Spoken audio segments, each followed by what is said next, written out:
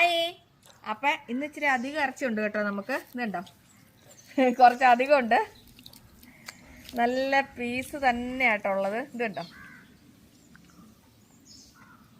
നല്ല നീളമുള്ള നല്ല പീസായിട്ടുള്ള ഇറച്ചികളാണ് കണ്ടോ.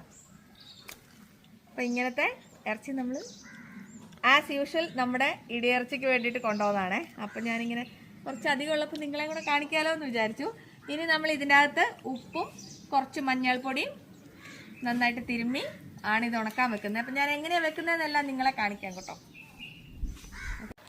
ഇനി നമുക്ക് ഇതിൻ്റെ അകത്തായിട്ട് ശകല ഉപ്പ് ഇങ്ങനെ ഇട്ട് കൊടുക്കാം.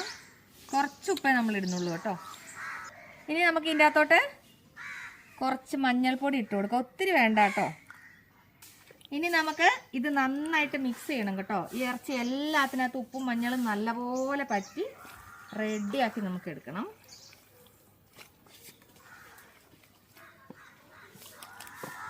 എന്നോട് എല്ലാവരും ചോദിക്കാറുണ്ട് ഈ ബൾക്കായിട്ട് എങ്ങനെയാണ് ഇത് ചെയ്യുന്നതെന്ന്. പക്ഷെ എനിക്ക് ഏറ്റവും സുഖം ബൾക്കായിട്ട് ചെയ്യുന്നത്. കുറച്ചധികം ചെയ്യുമ്പോൾ നമുക്ക് പിന്നെ അത്രയും പണി കുറഞ്ഞിരിക്കില്ല. എന്തായാലും നമ്മൾ പണിയെടുക്കണം. അപ്പോൾ പിന്നെ ഒന്നിച്ച് ചെയ്യുകയാണെങ്കിൽ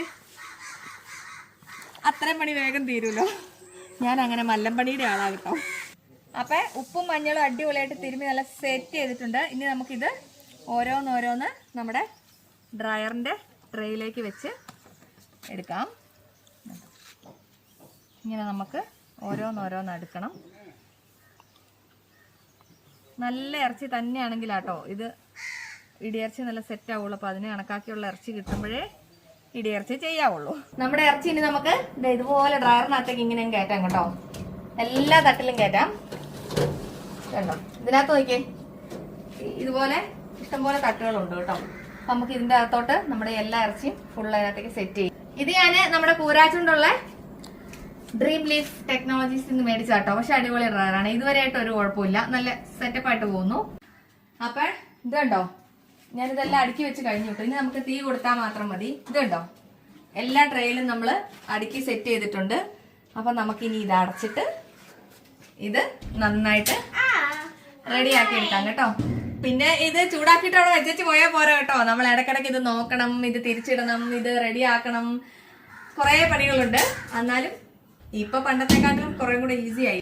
ഇനി ഇതെല്ലാം സെറ്റ് ചെയ്ത് ഇടിയിറച്ചി ആയി കഴിയുമ്പോൾ ഞാൻ നിങ്ങളെ കാണിക്കാം കേട്ടോ. ഇത് തന്നെ വീഡിയോ എടുക്കാന്ന് പറഞ്ഞാൽ കണ്ടമാനം സമയം പോകുന്ന ഏർപ്പാടാണ്. അപ്പൊ ഇടിയിറച്ചി വേണ്ടവര് വാട്സപ്പ് ചെയ്തോ. ബൈ.